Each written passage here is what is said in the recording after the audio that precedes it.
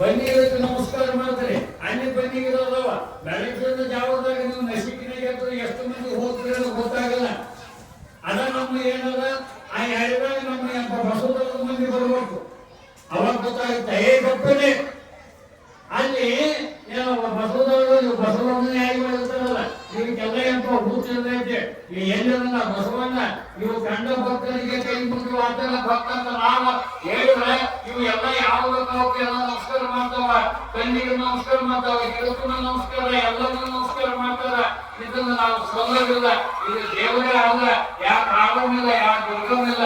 ಅವ್ರು ಪೂಜೆ ಮಾಡಬಾರ್ದು, ಪುರಸ್ಕಾರ ಮಾಡಬಾರ್ದು. ನಿಮ್ ಒಳಗೆ ಲಿಂಗ ಐತೆ, ಅದೊಂದು ಮಾಡ್ಕೊತ ಹೋಗಿರ್ಬೋದು. ಬಸವಣ್ಣಿಗೆ ಬಸವಣ್ಣವ್ರಿಗೆ ಎಲ್ಲವನ್ನೂ ಹೊರಗೆ ಹಿಂಗ ಇಲ್ಲಿ ನಂಬಿಕೆ ಅನ್ನೋದು ಏನಂತ ಕೇಳಿದ್ರೆ, ಇವತ್ತು ನಾವು ಒಂದು ಸಂಸಾರದಲ್ಲಿ ಬೆಳೆಯುತ್ತೆ ದೇವರಾಗ ಅಷ್ಟೇ ನಂಬಿಕೆ ಅಲ್ಲ.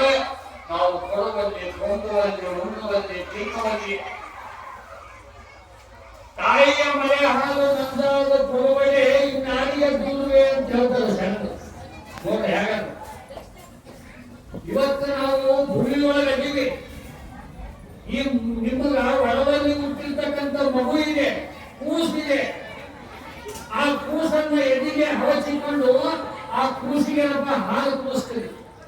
ಆ ಹಾಲ ತಾಯಿಯ ಎದಿಯಲ್ಲಿ ಇರ್ತಕ್ಕಂಥ ಹಾಲು ವಿಷವಾಗಿತ್ತು ಅಂತಂದ್ರೆ ಆ ಒಂದು ಕೂಸು ಬೆಳೆಯಲಿಕ್ಕೆ ಸಾಧ್ಯವಿದೆ.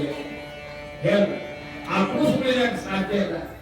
ಆ ತಾಯಿಯ ಎದೆ ಹಾಲು ವಿಷಯ ಆಗಿತ್ತು ಅಂದ್ರೆ ಹೇಗೆ ನೋಡಿ, ಭಗವಂತ ಯಾರನ್ನು ಸೃಷ್ಟಿ ಮಾಡಿದ್ದಲ್ಲ. ಅದಕ್ಕೆ ಹೇಳ್ತಾ ಇದ್ದಾರೆ ಜ್ಞಾನಿಗಳು, ತಾಯಿಯ ಎದೆ ಹಾಲು ವಿಷಯವಾಗಿ ಇದ್ದಾನೆ, ಇನ್ನಾರಿಗೆ ದೂರಲಿ, ಇನ್ನಾರಿಗೆ ದೂರಲಿ ಎನ್ನುವಂತ ಮಾತನ್ನು ಹೇಳ್ತಾರೆ. ಇನ್ನು ಜಗತ್ಕರ್ತ ಅಂತಕ್ಕಂಥ ತಾಯಿ ಮಗನಿಗೆ, ಇನ್ನು ಮಗು ಕೂಸು ನನ್ನ ತಾಯಿ ಅಂತ ತಿಳಿಸಿ ಅಂಬಲಿಸಿ ಏನಪ್ಪ ಹಾಲು ಕುಡಿತಿದ್ದಾರೆ. ಆ ತಾಯಿ ನನ್ನ ಮಗನಿಗೆ ಒಡಲ ಲಕ್ಕಿ ಖಾಲಿ ಐತೆ ಅಂತ ತಿಳ್ಕೊಂಡು ಹಾಲು ಏನಪ್ಪ ಕೂಡಿಸ್ತಾರ, ಅದೇ ಹಾಲು ವಿಷಯ. ಆದ್ರೆ ಜಗತ್ತಿನಾಗ ಯಾವೊಬ್ಬ ಮಾನವ ಇರ್ತಿದ್ದ ವಿಚಾರ ಮಾಡಿ, ಜಗತ್ತಿನೊಳಗೆ ಯಾವೊಬ್ಬ ಮಾನವ ಇರ್ತಿದ್ದಿಲ್ಲ ಇವತ್ತಿದ್ದರೆ. ಅದಕ್ಕೆ ಭಗವಂತ ಹೆಣ್ಣನ್ನ ದೇವತೆ ಅಂತ ಕಂಡರು, ಹೆಣ್ಣನ್ನ ಪೂಜ್ಯ ಭಾವನೆಯಿಂದ ಕಂಡರು.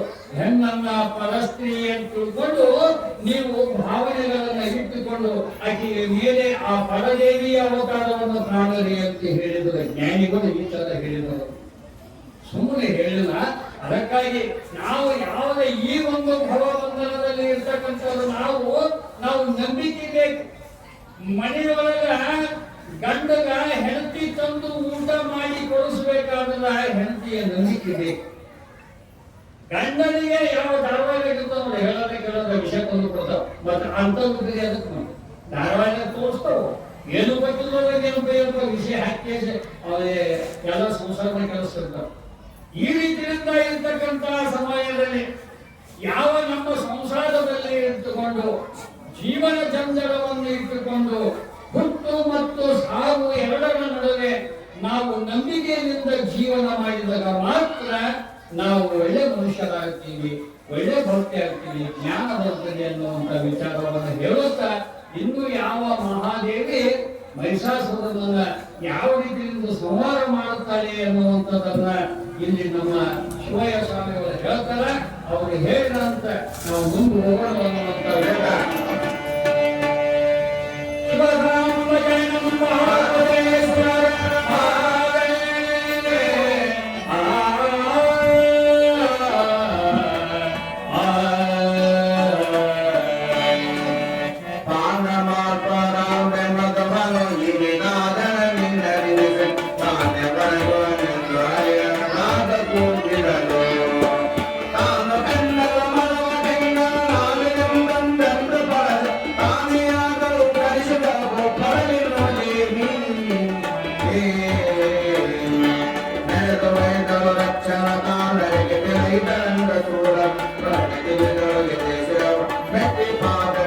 Hey!